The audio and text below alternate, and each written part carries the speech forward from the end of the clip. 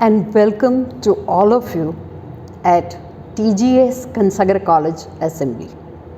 Today is the World Heart Day and I, Mayuri Tratia, welcome all of you.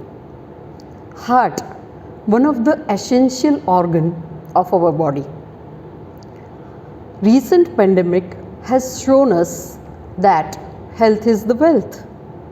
And if your heart is not working properly, it can be transplanted.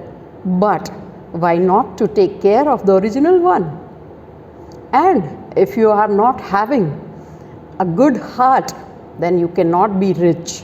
So it is truly said that if you are rich, fine, but you cannot be rich if you are not having a rich heart. So today we are having a cardiologist, Dr. Nirav Mehta, with us. We are going to have a question answer session with him.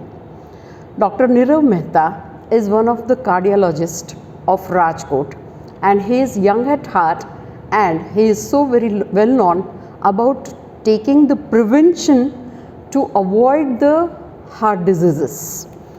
He is a postgraduate diploma in preventive cardiovascular medicine from Cardiff, UK. Fellowship in preventive cardiology from Asian Heart Institute, Bombay. Moreover, he is specialist in prevention of heart disease without surgery. So, here is Dr. Nirav Mehta, and we are going to ask him some essential questions regarding heart. Hello, sir. Namaste. Hello. Hello. Sir, heart, હૃદય શું છે? હૃદયના કાર્યો શું છે? અને શું ખરેખર હૃદયને સંવેદનાઓ સાથે કોઈ સંબંધ છે? Very good question. પહેલાં તો આપણે એ સમજી લઈએ કે હૃદય શું છે. તો heart is the pump of the body. જ્યારે હાર્ટ પંપ કરશે તો તમારા દરેક ઓર્ગનને દરેક ટિશ્યુને બ્લડ મળશે. અને જો હાર્ટ પંપ કરવાનું બંધ કરી દેશે તો તમારા કોઈ પણ ઓર્ગનને બ્લડ નહીં મળી શકે. આપણા જન્મથી મરણ સુધી આપણો હૃદયને સતત કાર્ય કરવું પડે છે. Our heart needs to pump constantly from our birth to death, અને it can't rest for 1 second. જો હાર્ટ 1 સેકન્ડ પણ રેસ્ટ કરી લે તો પરમનન્ટલી રેસ્ટ, પછી રેસ્ટ ઇન પીસ. તો it doesn't have any chance to rest. તો constantly જ્યારે હૃદય પંપ કરે ત્યારે આપણા બ્રેઇનને, કિડનીને, લીવરને, દરેક એસેન્શિયલ ઓર્ગનને, દરેક ટિશ્યુને, મસલને, સેલને બ્લડ પહોંચાડે. તો basically if we want to summarise in one line, heart is the pump of the body and it pumps the blood to the whole body.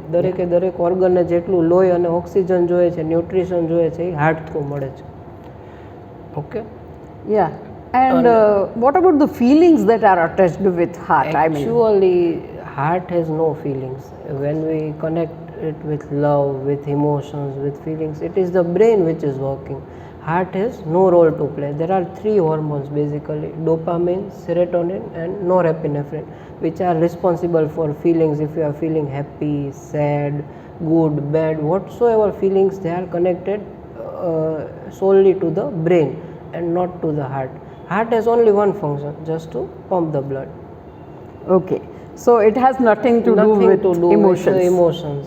So breakup થઈ જાય તો આપણને એમ થાય મારું હાર્ટ બ્રેક થઈ ગયું, તો એમ કાંઈ તમારું હાર્ટ બ્રેક નહીં થાય. ઓકે. એની બ્રેક થવા માટેના કારણો બહુ અલગ છે. Okay.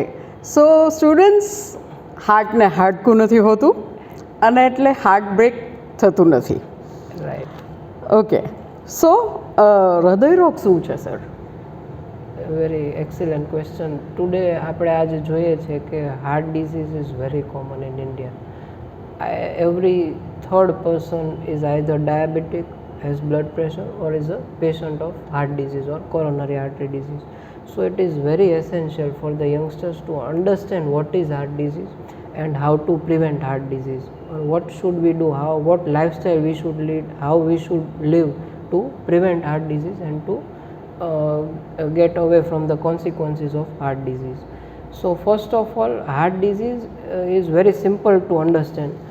We all can see the heart, right? So this is the heart muscle. So heart muscle is, as you can see, it is constantly pumping, and there is an artery which is supplying the heart muscle. So when this artery gets blocked, let me explain you.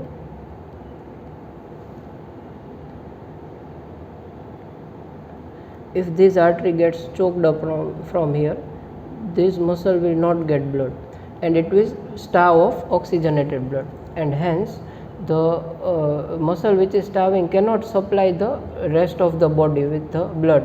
So basically heart disease શું છે કે હૃદયના સ્નાયુને જે નળી લોહી પહોંચાડતી હોય એની અંદર cholesterol અથવા કેલ્શિયમ જામી જાય તો હૃદયનો સ્નાયુ આપોઆપ નબળો પડવા માંડે અને શરીરની જે લોહીની જરૂરિયાત હોય એની સાથે કોપ અપ ના કરી શકે. તો that is heart disease. Heart disease is the blockage of the artery which supplies blood to the heart. Okay, this is called coronary artery disease, angina, ischemia, જેટલા પણ આ ટર્મ્સ છે it is the similar terms and they describe this thing. Okay. Okay. So તો હૃદય રોગના કારણો શું છે?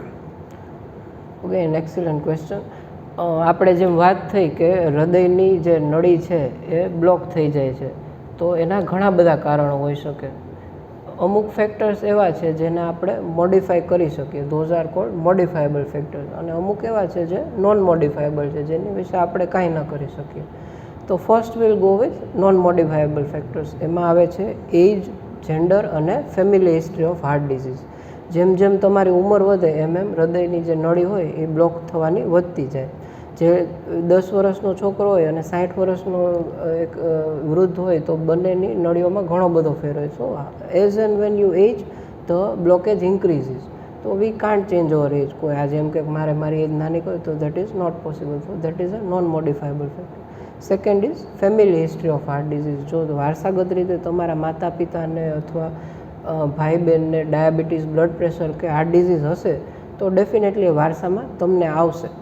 Third risk factor is gender, કે ફિમેલ જે જેન્ડર હોય એ લોકોને એક એક્સ્ટ્રા પ્રોટેક્શન હોય હાર્ટ ડિઝીઝ માટે.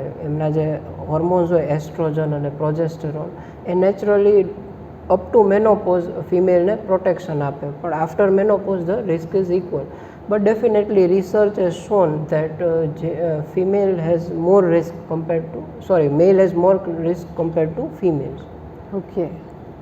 The other factors are modifiable factors which the youth needs to modify. આજનો યુવા વર્ગ છે એ બહુ જ વાહિયાત અને બહુ જ ખરાબ જીવન જીવે છે. આ બહુ સારી રીતે તમે સમજી લો.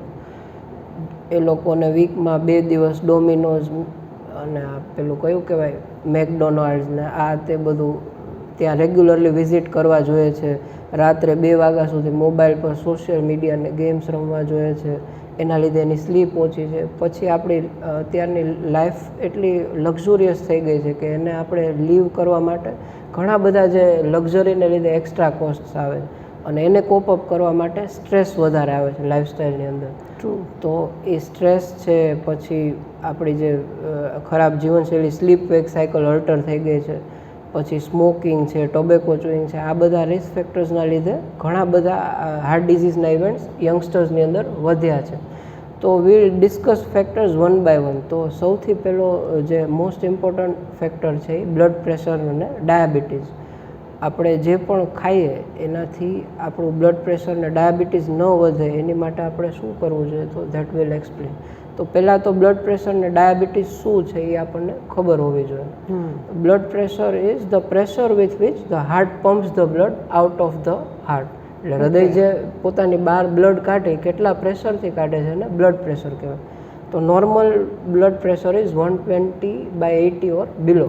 120 ઉપરનું જ્યારે હાર્ટ પમ્પ કરે ત્યારનું 120 અને જ્યારે રિલેક્સ કરે છે ત્યારે 80. એની નીચે હોવું જોઈએ blood pressure.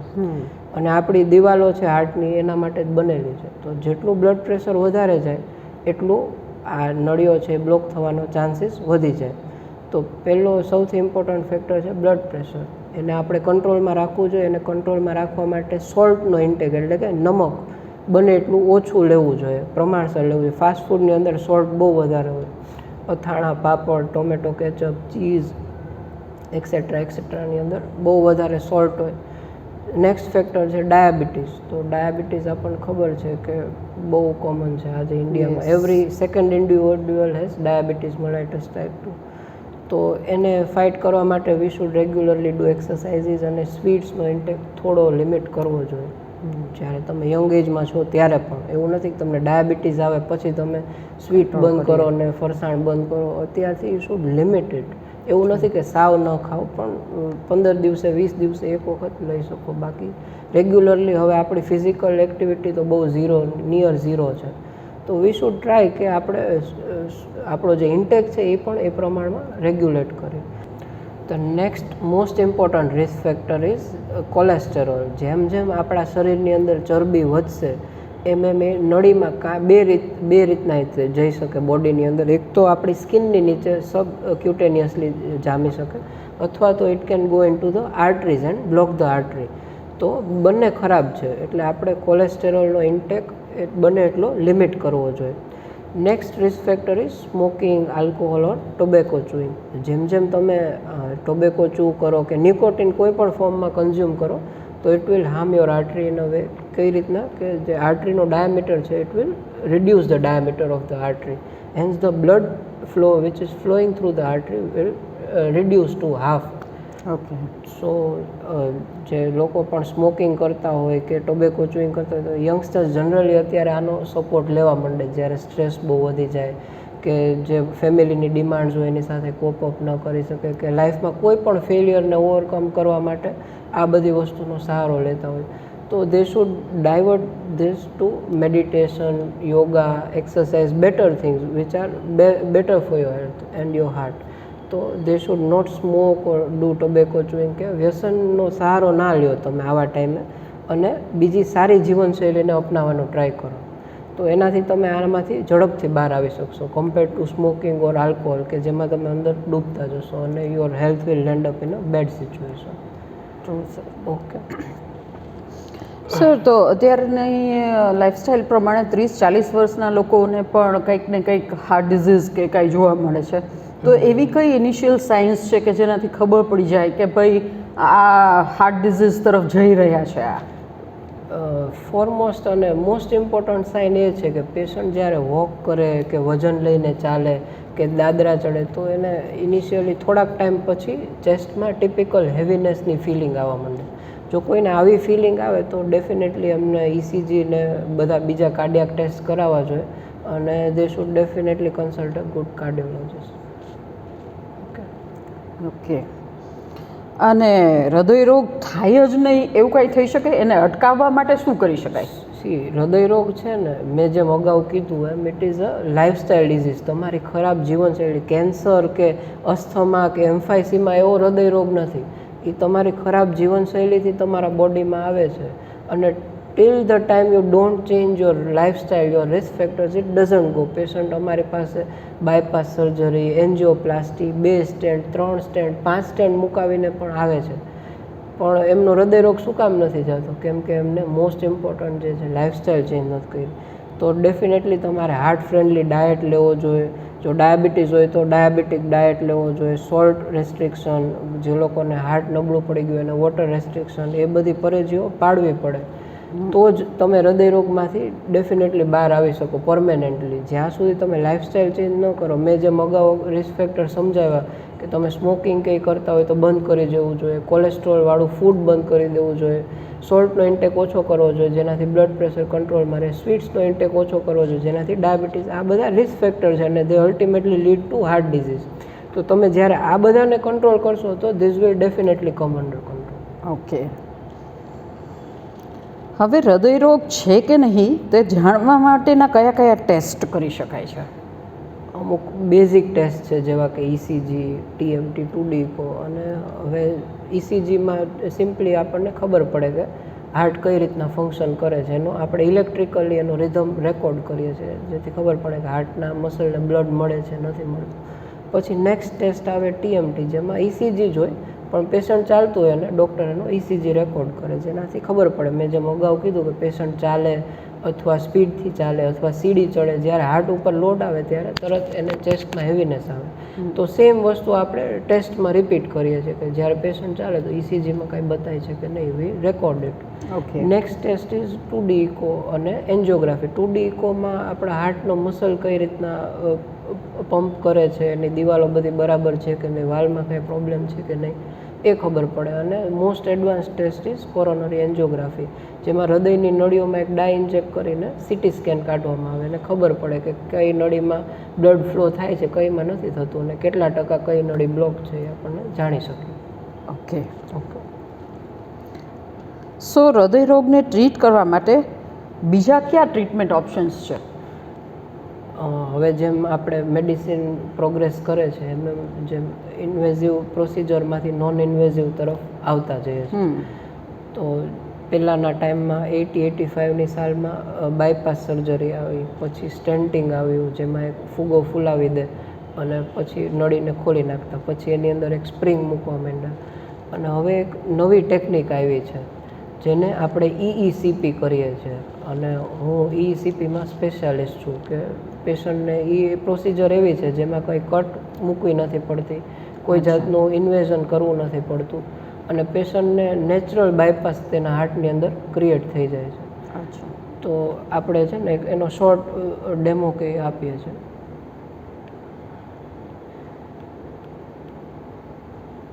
See this is angioplasty.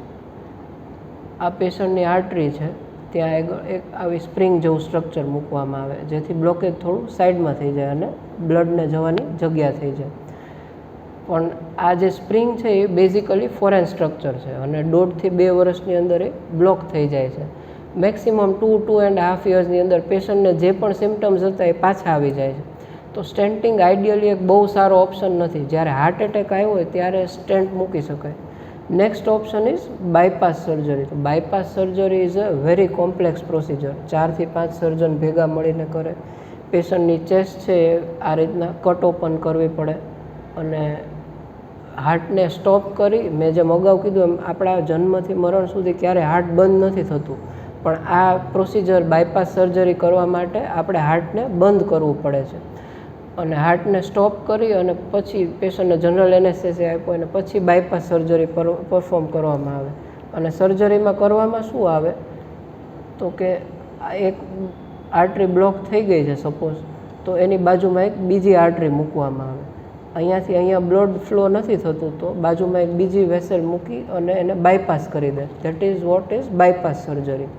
Main આર્ટરીને બાયપાસ કરી દે નવી આર્ટરીથી. પગમાંથી એક વેન કાપે અથવા અહીંયાથી જ એક ઇન્ટરનલ મેમરી આર્ટરી લઈ અને એને બાયપાસ કરી દેવામાં. તો જે આ નવી પ્રોસિજર આવી છે એ શું કરે છે, એ હાર્ટની અંદર નેચરલ બાયપાસ ક્રિએટ કરે છે. કઈ રીતના કે અહીંયાથી બ્લડ નથી જતું તો નાની નાની વેસલ્સ સાઈડમાં ખોલી આપે છે, જેને કોલેટ્રલ વેસલ્સ કહેવાય. આવી મિલિયન્સ ઓફ આર્ટરીઝ આપણા હાર્ટની અંદર ઓલરેડી છે પણ એ બંધ અવસ્થામાં છે અને આ ટ્રીટમેન્ટ દ્વારા એને ખોલી શકાય છે. અને જ્યારે આ ટ્રીટમેન્ટ પૂરી થાય છે તો આખા હાર્ટની અંદર આવા નાની નાની વેસલ્સના ગુચ્છાઓ બની જાય છે.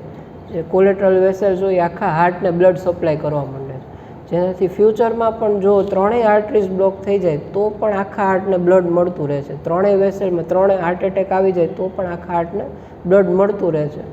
અને પેશન્ટને ફ્યુચરમાં જો લાઈફસ્ટાઈલ સારી રાખે અને રેગ્યુલરલી દવા ચાલુ રાખે તો ફ્યુચરમાં પણ કાંઈ પ્રોબ્લેમ નથી થતું. તો જેમ જેમ આપણે મેં વાત કરી કે મેડિસિન પ્રોગ્રેસ કરે છે, એમાં ઇન્વેઝિવમાંથી આપણે એક નવી નોન ઇન્વેઝિવ પ્રોસિજર રાજકોટમાં લઈને આવ્યા છે, જે હાર્ટ પેશન્ટ્સને ઘણો ફાયદો કરે છે. લાસ્ટ 3 yearsથી અવર ક્લિનિક ઇઝ ફંક્શનલ અને we have treated more than 200 patients who were either advised bypass surgery or angioplasty or who have already undergone angioplasty or bypass surgery. અને જેમનું પમ્પિંગ ખૂબ જ ઓછું થઈ ગયું હોય 10%, 15%, 20%, એવા લોકોનું પણ હૃદયનું પમ્પિંગ પણ વધી ગયું અને આજે they are living A heart disease free life. Oh, that's too good to know. So, આ નેચરલ બાયપાસ EECP એ એટલી ઇફેક્ટિવ છે કે એનાથી દર્દીને બાયપાસ કે એન્જિયોપ્લાસ્ટી ન કરવી પડે અથવા તો કરી હોય તો પણ એનાથી વધારે સારું જીવન એ જીવી શકે. ડેફિનેટલી આ છે ને બાયપાસ સર્જરી એન્જિયોપ્લાસ્ટી કરતાં 5 સ્ટેજ ઉપરની ટ્રીટમેન્ટ છે. અચ્છા. કઈ રીતના કે એમાં કાંઈ કાપકૂપ કરવી નથી પડતી. અને ફાયદાઓ જે મળે છે ને કાપકૂપ કરતાંય મોટા નથી. તમે ધારો કે બાયપાસ સર્જરી કરાવો તો you are bypassing a single artery, whereas in ECP you are bypassing the whole heart. આખું હૃદય છે એનો વાસ્ક્યુલેચર નવું બની જાય છે. તો બાયપાસ સર્જરીવાળું પેશન્ટ તમે જ્યારે સર્જરી કમ્પ્લીટ થાય એના 4-5 દિવસ પછી એને કહો કે તમે 10 મિનિટ ચાલો તો પેશન્ટ કેન નોટ વોક. જ્યારે ECP પછી પેશન્ટ 45-50 મિનિટ્સ ચાલી શકે, 8-10 માળના દાદરા ચડી શકે, એટલે નાના બાળક જેવું એનું હૃદય થઈ જાય અને he can definitely get free from heart disease with this treatment. That is too good to know sir. Thank you. Too good to નો.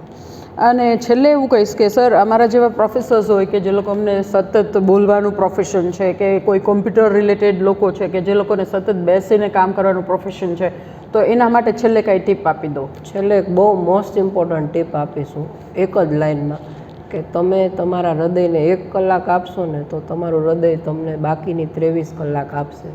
તમારે સવારમાં સૂર્યોદય પહેલાં આઈડિયલી સૂરજ ઉગે ને એ પહેલાં ભૂખ્યા પેટે રોજ 45 to 60 minutes of cardiovascular exercise એટલે કે હૃદયની કસરત કરવી જોઈએ.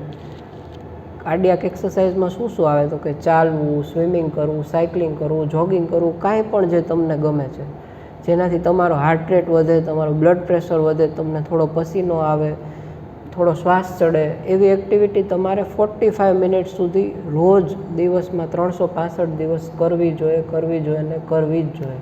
ઓકે. તો તમે હાર્ટ ડિઝીઝમાંથી ફ્રી રહી શકશો. Okay. Barabar. Thank you so much, sir. Thank you so much for the valuable information you have shared with us. Thank you. So, girls, to sweat is really good, and heart has reasons of its own, and we cannot ignore it. May you all have a pink health and a very good health for your life ahead. Thank you so much.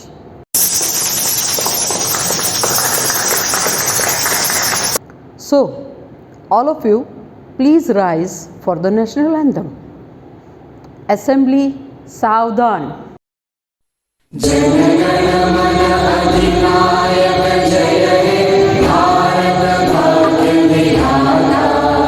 Punjab Sindh Gujarat Maratha Dravid Utkal Ganga Vindhya Himachal